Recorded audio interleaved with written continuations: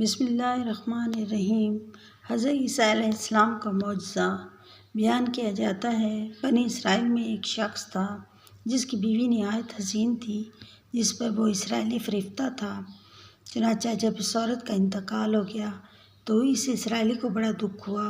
وہ ایک مدت تک اس کی قبر پر بیٹھا روتا رہا۔ اتفاقاً حضرت عیسیٰ علیہ السلام کا ادھر سے گزر ہوا تو انہوں نے اس پریشان حال آدمی کو دیکھا اور سبب معلوم کیا۔ جب اس نے اپنا واقعہ بیان کیا تو حضرت عیسیٰ علیہ السلام نے دریافت فرمایا، کیا تو چاہتا ہے کہ میں اس کو تیرے لیے زندہ کر دوں؟ اس نے عرض کیا کہ ہاں اے حضور، میں یہی چاہتا ہوں۔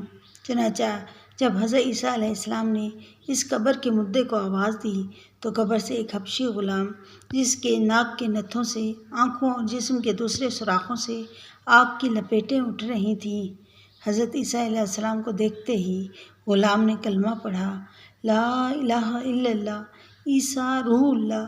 اسرائیلی نے یہ دیکھ کر عرض کیا، حضور مجھ سے غلطی ہو گئی، میری بیوی کی قبر تو دوسری ہے۔ یہ سن کر حضرت عیسیٰ علیہ السلام نے حبشی کو حکم دیا کہ تم اپنی قبر میں واپس ہو جاؤ۔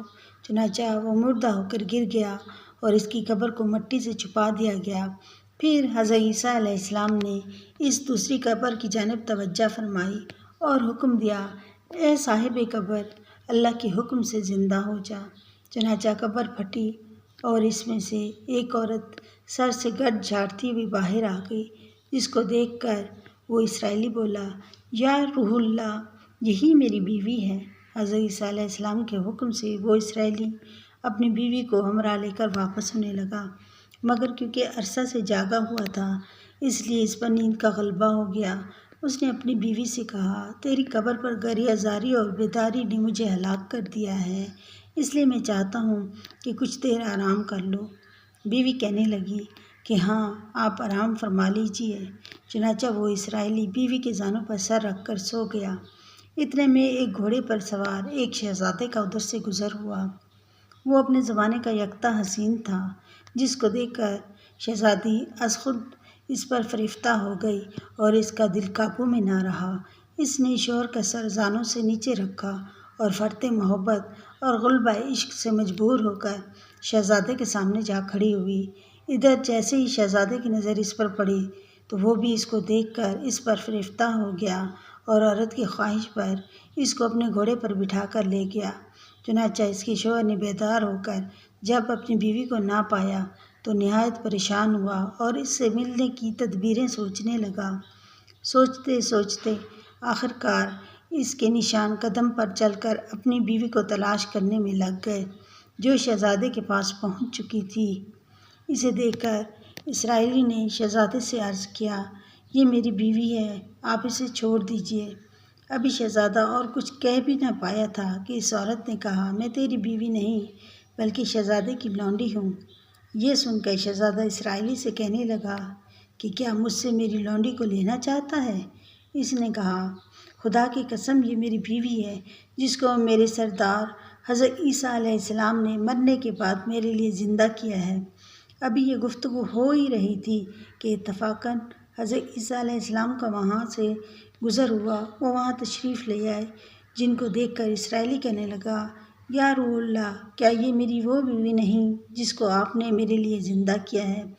حضرت عیسیٰ علیہ السلام نے فرمایا، ہاں یہ وہی ہے۔ یہ سن کر عورت کہنے لگی، یا روح اللہ، یہ شخص جھوٹا ہے، میں تو اس شہزادے کی لونڈی ہوں۔ حضرت عیسیٰ علیہ السلام نے فرمایا، کیا تو وہ عورت نہیں جس کو میں نے اللہ تعالیٰ کے حکم سے زندہ کیا ہے؟ عورت نے کہا، یا روح اللہ، میں باخدا وہ عورت نہیں ہوں۔ اس کے بعد حضرت عیسیٰ علیہ السلام نے فرمایا، جو جان خدا کے حکم سے میں نے تجھے دی وہ واپس کر دے۔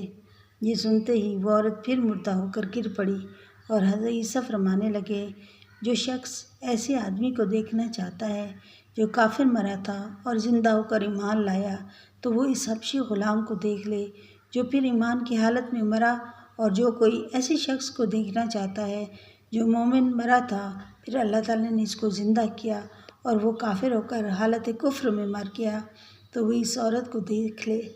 اس واقعے کو دیکھ کر اسرائیل نے قسم کھائی کہ اب وہ کبھی زندگی بھر نکاح نہ کرے گا اور وہ میدانوں کی طرف نکل گیا جہاں وہ اللہ تعالیٰ کی عبادت میں مصروف رہ کر موت کی نظر ہو گیا۔ اللہ تعالیٰ ہم سب پر رحم فرمائے اور اللہ تعالیٰ ہم سب کی بخشش و مغفرت فرمائے، آمین۔